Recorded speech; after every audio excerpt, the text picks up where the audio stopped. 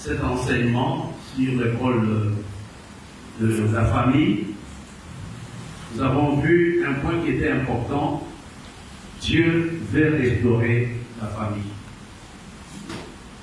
Et le mercredi passé, nous avons vu des éléments importants par rapport à la restauration de la famille. Nous avons vu le premier point que le diable, d'abord, on avait parlé du mariage qui était une réalité ou une pensée de Dieu. Ce n'est pas l'homme qui a créé le mariage, c'est Dieu lui-même qui avait inspiré le mariage.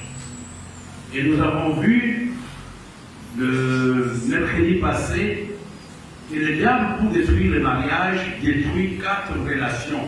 On a parlé des ruptures. La première rupture, c'est la rupture de l'homme et de Dieu. La deuxième rupture, c'est la rupture entre les époux. La troisième rupture dont nous avons parlé, la rupture entre les enfants. Et la dernière rupture, c'est la rupture entre les enfants et leur père. Dieu veut bâtir un modèle dans chaque famille. On va lire un texte. On va lire dans le livre de Genèse, chapitre 35, verset 1 jusqu'au verset 3. Dieu dit à Jacob, lève-toi, monte à Bethel et demeure ici. Là, tu dresseras un autel au Dieu qui t'a apparu lorsque tu fuyais Isaïe ton frère. Jacob dit à sa maison et à tous ceux qui étaient avec lui, ôtez les dieux étrangers qui sont au milieu de vous, purifiez-vous et changez de vêtements. Nous nous lèverons et nous monterons à Bethel.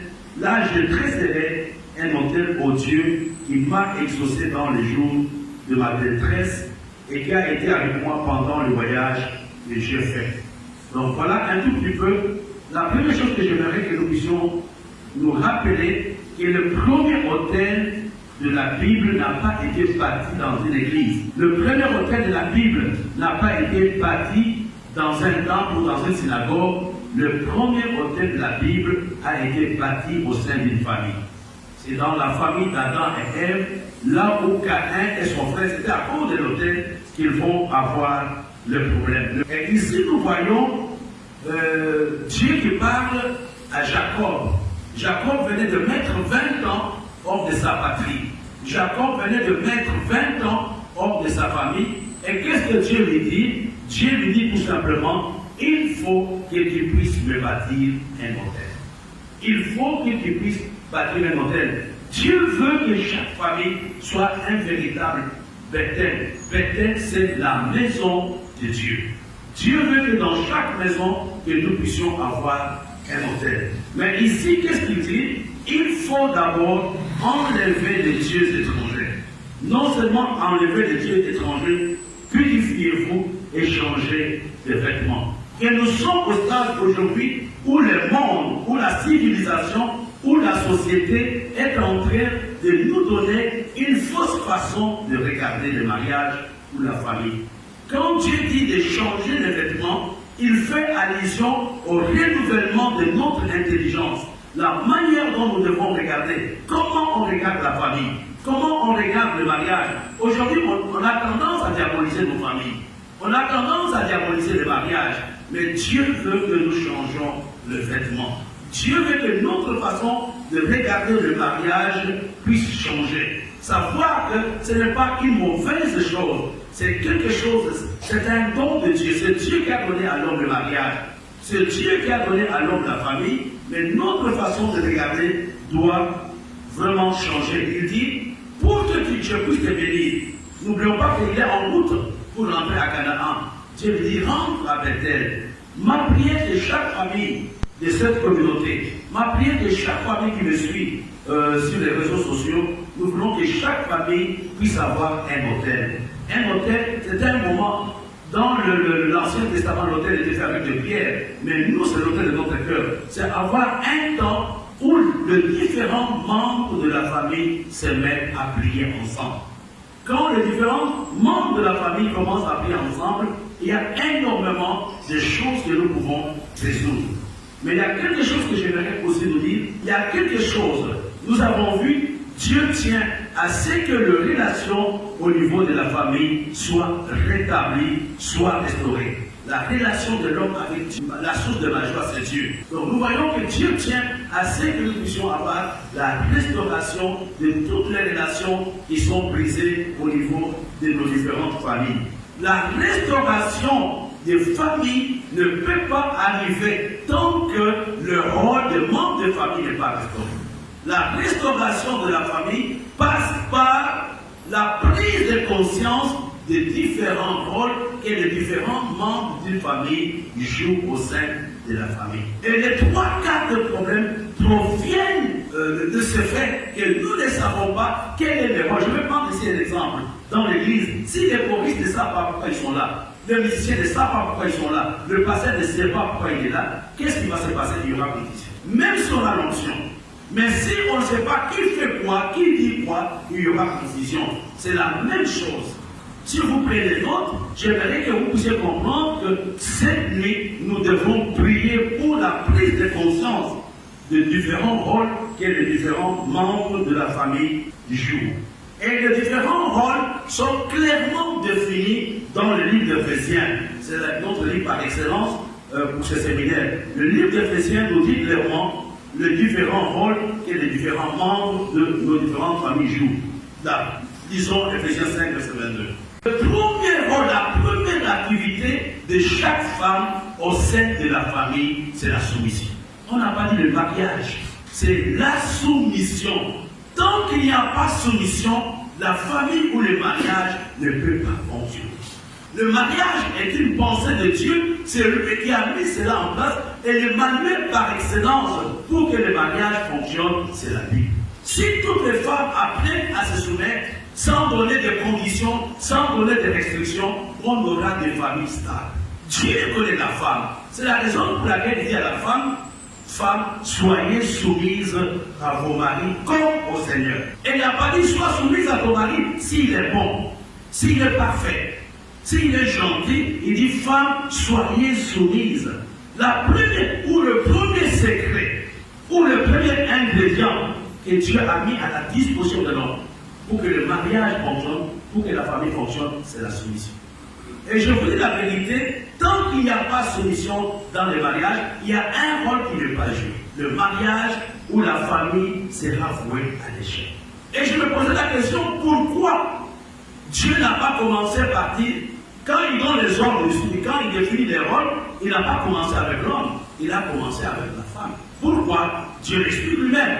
L'homme quittera son père et sa mère et s'attachera à la femme. Dans les 3 quarts des cas, je peux nuancer les termes, la réussite du mariage dépend en grande partie de la femme. Elle est la plaque tournante du mariage. Bien sûr, chacun doit travailler à la réussite du mariage, mais dans la plupart des cas, le moteur de la réussite du ballon, le moteur de la réussite du mariage, c'est la femme. Ici, il donne aussi un rôle à l'homme. Il n'a pas dit seulement à la femme, soyez soumise, mais il dit quelque chose, et à l'homme même c'est compliqué. Marie, aimez vos femmes comme Christ a aimé l'Église et s'est livré. Pour la femme, ce n'est pas compliqué, mais soumettre. Mais pour, soyez soumise à vos maris comme au Seigneur. Mais ici, au niveau du rôle de l'homme, Dieu donne même des caractéristiques de l'amour. Il dit, aimez vos femmes, premièrement, comme Christ a aimé l'Église. Quel est l'amour que Christ a donné à l'Église? C'est l'amour sacrificiel. L'amour que nous devons avoir pour nos femmes, c'est l'amour dans lequel il y a l'essence élevée du sacrifice. C'est-à-dire, comme Christ s'est donné à l'Église, c'est l'amour sacrificiel. Ton mariage, ta famille ne peut pas fonctionner si tu n'es pas prêt à consentir des sacrifices. Non seulement c'est un amour sacrificiel, mais il ajoute et s'est livré. L'amour de l'homme envers la femme a 2 aspects. Il y a l'aspect sacrificiel et le deuxième aspect, le don de soi. Je me donne à ma famille, je me donne à ma femme, je me donne à mes enfants. L'amour dans le mariage, l'amour que l'homme doit manifester envers sa femme, c'est un amour don de soi et c'est un amour sacrificiel. Et Dieu n'a pas seulement défini les rôles de la femme, Dieu n'a pas seulement défini les rôles du mari, mais Dieu a aussi défini le rôle des enfants. Et qu'est-ce qu'il dit? Enfants, obéissez à vos parents selon le Seigneur.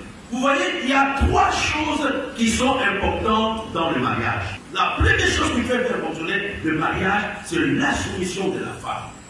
La deuxième chose, c'est l'amour que l'homme a vis-à-vis de sa famille. Ce n'est pas n'importe quel amour, c'est un amour sacrificiel.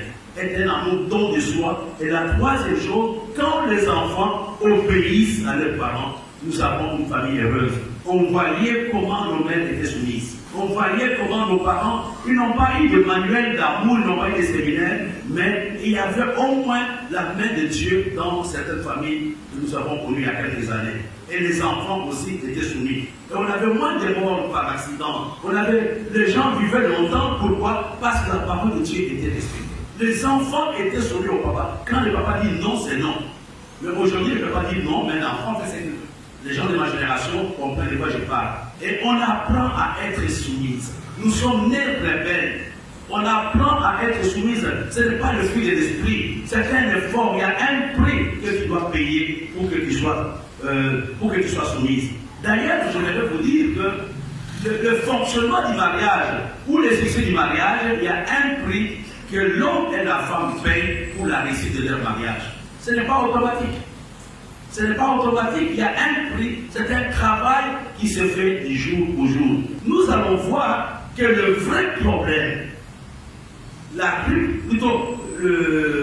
le succès du mariage dépend aussi de la qualité de la gestion des conflits dans le mariage. Voilà, le succès du mariage dépend de la manière dont l'homme et la femme, dont les membres de la famille arrivent à résoudre le problème. Nous avons vu qu'il y avait des problèmes entre Abraham et Lot, mais il y a eu la maturité et la sagesse de Lot qui a amené à ce que le mariage, qui a amené à ce que le problème soit résolu. Et là, j'aimerais vraiment que nous puissions comprendre que chaque famille a des conflits. Et il n'y a pas de famille parfaite sans problème. Chaque famille a des conflits, mais la chose la plus importante, c'est la capacité de gérer les conflits. Je vais ici vous donner trois petits exemples et nous allons passer à la résolution des conflits. Je vais prendre, nous avons vu, je pense, le mercredi, 4 familles qui avaient des problèmes, et là je vais vous en donner encore à peu près 3 ou 4 pour que nous soyons dans le temps. Je vais prendre la famille de Joseph et ses frères. Joseph, c'est un grand leader qui est bien connu, mais il est venu d'une famille conflictuelle. Mais quels sont les éléments qui étaient dans cette famille? C'est dans le livre de Genèse chapitre 37, je vous donnerai quelques points, vous allez comprendre. Quelle était la chose qui avait amené le conflit dans la famille de Joseph? Le premier point, est-ce qu'on peut y aller? Le premier point, c'est quoi? Hein? Qu'est-ce qui avait amené le problème dans la famille de Joseph? Voilà, la partialité. Nous avons vu cela le mercredi. C'était Jacob qui aimait son enfant, Joseph, à tel point que les autres n'étaient pas d'accord. C'était la partialité du papa. Quand le papa commence à considérer un enfant au détriment des autres, sans s'en rendre compte, il crée un problème dans la famille. Et la deuxième chose, quelle est la deuxième difficulté? Il y a la partialité du papa. Quel est le deuxième problème? C'était le fait, le colportage de Joseph. Joseph, son rôle, c'était de ramener tout ce que ses frères faisaient. C'est lui qui faisait les rapports au papa. Il disait, quand vous commencez à colporter les informations dans ta famille, tu as été en banga et tu viens raconter à ta femme comment on t'a traité, comment tel n'est pas bon, comment tel n'est pas bon, tôt ou tard, il y aura des conflits dans sa famille. C'était Joseph qui venait rapporter ce qui s'est passé dans la famille auprès de ses frères. Et ses frères, premièrement, ils en voulaient, ils étaient jaloux à cause de la partialité de leur papa, mais à cause du rôle que Joseph jouait, de venir raconter tout ce qui s'est passé auprès de leur papa. Peut-être qu'ils pouvaient dire, non, j'ai vu, ils ont tué un mouton aujourd'hui, ils ont mangé. Et ils venaient dire au papa, ils ont tué les moutons, ils ont mangé les entrailles. Ne pense pas que ce qu'ils ont en est vrai, ils ont mangé des choses.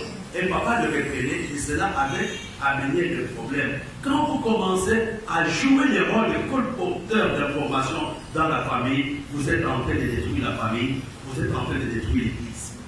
Ce n'est pas tout ce qu'on raconte. Ce n'est pas parce que j'ai vu que je suis obligé nécessairement. Il y a des choses que tu dois protéger ton mari. Il y a des choses que tu dois protéger ta femme. Il y a des choses que tu dois protéger tes enfants. Dis non, aujourd'hui le bishop a fait comme ça, donc je vis ceci, il y a tel problème. Et à un moment, tu vois que ta femme ne grandit pas, ton mari ne grandit pas spirituellement. Pourquoi? Parce que c'est toi qui n'écris pas les rapports que tu donnes après l'écoute. Est-ce que je parle à quelqu'un? Les rapports qu'elle te donne, chérie, tu vois, tu as vu l'injustice, tu as vu ce qu'on a fait aujourd'hui. Oh, Jacques Martin, tu as vu ce que le bishop a fait encore. Toi, tu viens, et après, tu es surpris que Jacques Martin ne vient plus. Qui l'a tué? C'est Joséphine qui l'a tué. Il a fait des rapports. Et regardez, il y a eu d'abord le favoritisme de Jacob. Non seulement le favoritisme, le colportage de Joseph, la jalousie de ses frères. Et qui a fait que le conflit est arrivé dans la famille et Joseph a été vendu. Mais j'ai béni Dieu. L'histoire de Joseph aussi, peut-être notre histoire. La conclusion, dans la famille, Dieu veut que nous arrivions à vaincre le mal par le bien. Quel que soit le temps que nos maisons ont eu comme problème, comme difficulté, si Dieu permet un tel type de séminaire, Dieu veut vraiment que le mal dans nos familles soit changé en bien. Et la deuxième chose, le deuxième aussi conflit familial, c'est la maison de Moïse, Aaron et Myriam. Dans le livre de Nombres, chapitre 12, versets 1 à 6. Et si nous regardons cette famille, c'était une famille religieuse. Vous savez, le papa était un homme moins, leur maman était une femme moins. Mais nous voyons que malgré la grâce qui était dans la maman de Moïse, malgré la grâce qui était dans le papa de Moïse, on a quand même un conflit familial. Qu'est-ce qui était à la base de ce conflit? Vous allez vous faire des études. La première chose, c'était la mauvaise appréciation de Myriam et d'Aaron. Moïse s'est marié à une Égyptienne, mais Myriam et Aaron n'ont pas compris. Quand vous commencez à spéculer sur votre frère, sur votre mari, quand vous commencez à émettre le jugement, vous risquez de créer un conflit. Moïse était prophète. Il a dit, faites attention, Moïse est prophète. Moi, je ne vous parle pas à vous. Et nous devons faire attention, surtout nous serviteurs de Dieu. Peut-être Dieu a parlé à quelqu'un. Et si moi je ne sais pas, Dieu ne m'a rien dit, je dois me taire au lieu de mettre le jugement. Myriam et Aaron ont commencé à murmurer. Dans une famille, quand il y a des murmures, on prépare la poursuite des conflits. Ils ont commencé à murmurer. Et les murmures ont affecté la position spirituelle de Moïse. Il y a certains conflits que nous pensons que c'est un conflit d'ordre familial, c'est vraiment au niveau de notre famille, mais qui peut avoir des conséquences sur toute l'Église, qui peut avoir des conséquences sur le travail de ton mari.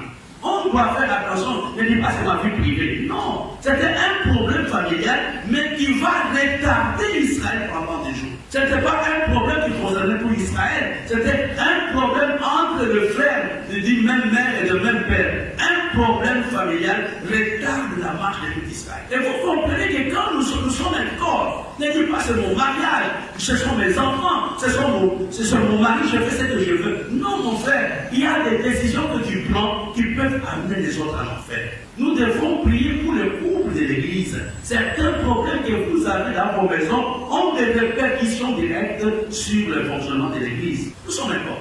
Et la troisième chose que j'aimerais vous dire, certains conflits que nous entretenons peuvent affecter notre entourage. C'est la raison pour laquelle il y a certains problèmes. N'impliquez pas vos enfants. Il y a certains problèmes, tu n'as pas le même niveau de foi que ta femme, tu n'as pas le même niveau de foi que ton mari. Il y a des choses que tu dois cacher. Mais si tu le dis, la même chose que tu dis demain, il va l'utiliser comme arme pour te dire dans votre église. Alors, il y a quelque chose qui me fait peur. Et là, je veux aussi partager. Myriam et Aaron ont les deux critiqué. Les deux ont fait la même chose. Je ne peux pas vous donner la raison exacte. Mais jamais ne soyez pas dans le complot contre l'humain. Chacun a sa relation avec Dieu. On ne connaît pas quelle est la relation. Aaron ne pouvait pas être puni parce qu'Aaron avait l'onction du sacrificateur sur lui. Ils ont commis la même bêtise.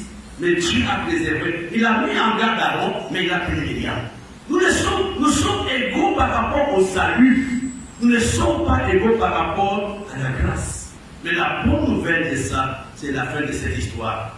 Qui a fait prier? Moïse qui prie. Et j'aimerais que nous puissions prier pour les parents malades dans nos familles, pour les gens qui ne marchent pas avec Dieu, pour les gens qui sont malades dans leur corps, sur le plan spirituel, sur le plan matériel, que nous soyons des Moïse, qu'on ne garde pas rancune, dit non, c'est bon, si c'était toi et moi, on va dire, mais écoutez, moi je suis un homme de Dieu, voilà ce qu'elle a fait. Mais Moïse a prié pour sa soeur, pour sa grande soeur. J'aimerais ce soir que nous puissions penser à tous ces Myriam dans nos familles, que nous soyons capables de prier pour eux. Même si on ne les aime pas, que nous soyons capables de dire en tout cas, Seigneur, bénis cette personne. Mes frères et sœurs, ne soyez pas dans la compagnie des moqueurs. Ne soyez pas dans la compagnie des gens qui se plaignent de mal parler de l'Église. Des gens qui se plaignent de mal parler de votre famille. Ne soyez pas amis avec de telles personnes sans vous détruire. Vous avez déjà la lèpre sans vous en rendre compte. Peut-être elle, c'est une personne qui est vouée à la perdition. Mais toi, quand tu veux l'imiter, faire comme la personne, tu peux avoir des problèmes avec Dieu. Myriam a été le preuve cependant quelques jours. Il fallait que Moïse prie pour elle. N'imitez jamais le mal. N'imitez jamais un homme qui insulte sa femme ou une femme qui insulte son mari. N'imitez pas, cherchez les bons modèles. N'imitez pas la télévision. N'imitez pas le français ou les italiens. Nous sommes des Africains. Nous avons notre façon de voir. Quand vous voulez jouer les rôles de blancs, vous essayez de détruire votre mari. Regardez un autre exemple, la famille de Jephthé et de ses frères. C'est dans le livre de Juges chapitre 11 et Juges chapitre 12. Nous connaissons Jephthé. C'était un enfant qui était né hors mariage. Mais nous voyons le problème de leur papa. Cette relation qu'il avait eue, on appelle la relation extra-conjugale qu'il avait eue, va affecter les éléments de la famille. Mais le vrai problème, il y a eu manque de sagesse dans la famille de Jephthé. L'enfant qui est né est innocent. La personne qui devrait être punie, c'était le papa Jephthé. Donc c'était le papa de Jephthé et non l'enfant lui-même. Il faut les discernements. Et cet enfant va être renvoyé. Il a dit que toi qui es né d'une autre femme, nous ne t'aimons pas. Pour vous montrer un peu comment les choses de Dieu sont compliquées.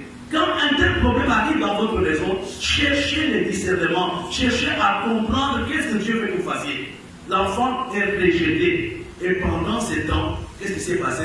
Israël est attaqué.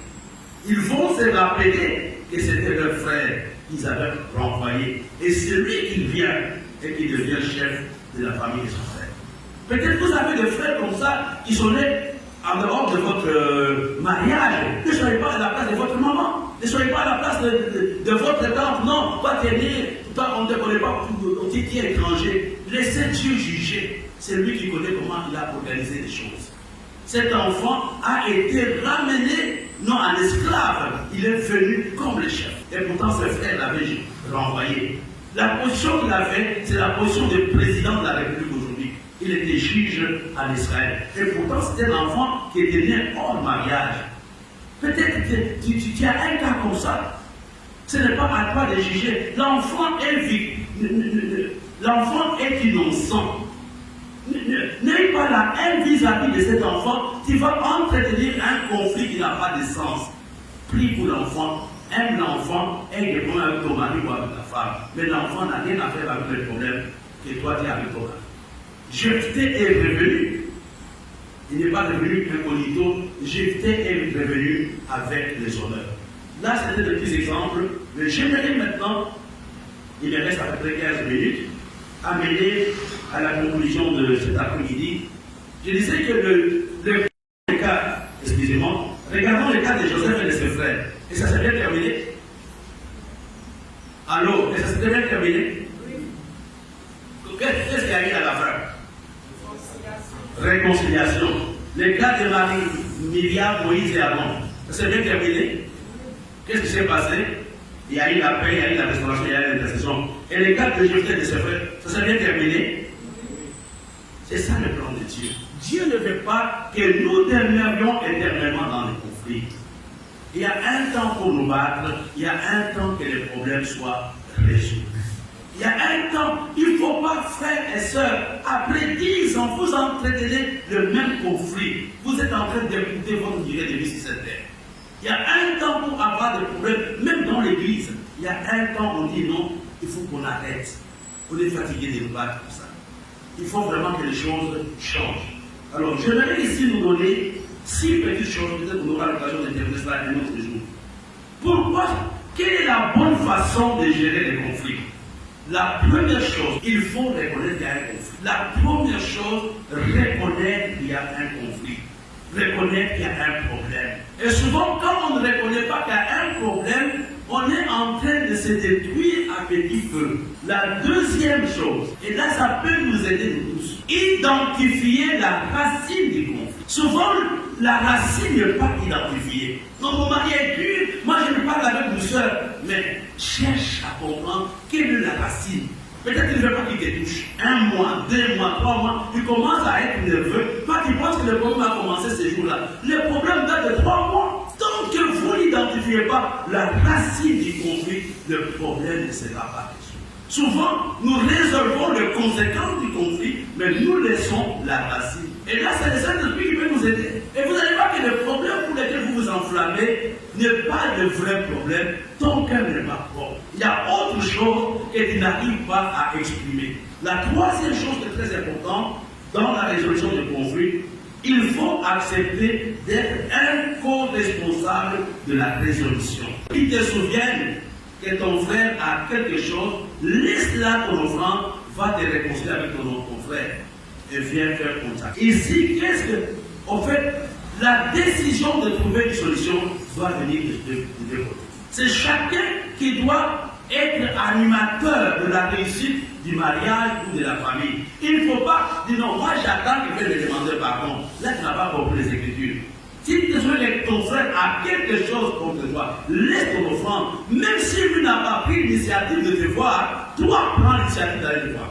Donc si chacun peut faire le premier pas, le problème ne sera pas bon. Parce que chacun qui a envie de trouver une solution, prends la décision d'aller vers l'autre. Et non seulement prendre la décision d'aller vers l'autre, prendre surtout l'engagement de dire, quelles que soient les humeurs que je vais rencontrer de l'autre, je vais m'en passer. Quand tu prends la décision d'aller vers l'autre, le diable te parle. Il va penser qu'il a gagné. Il va penser que tu es faible. À un moment, tu te rétractes. Tu as envie d'aller, tu ne pars pas. Tu as envie de faire quelque chose, tu ne fais pas.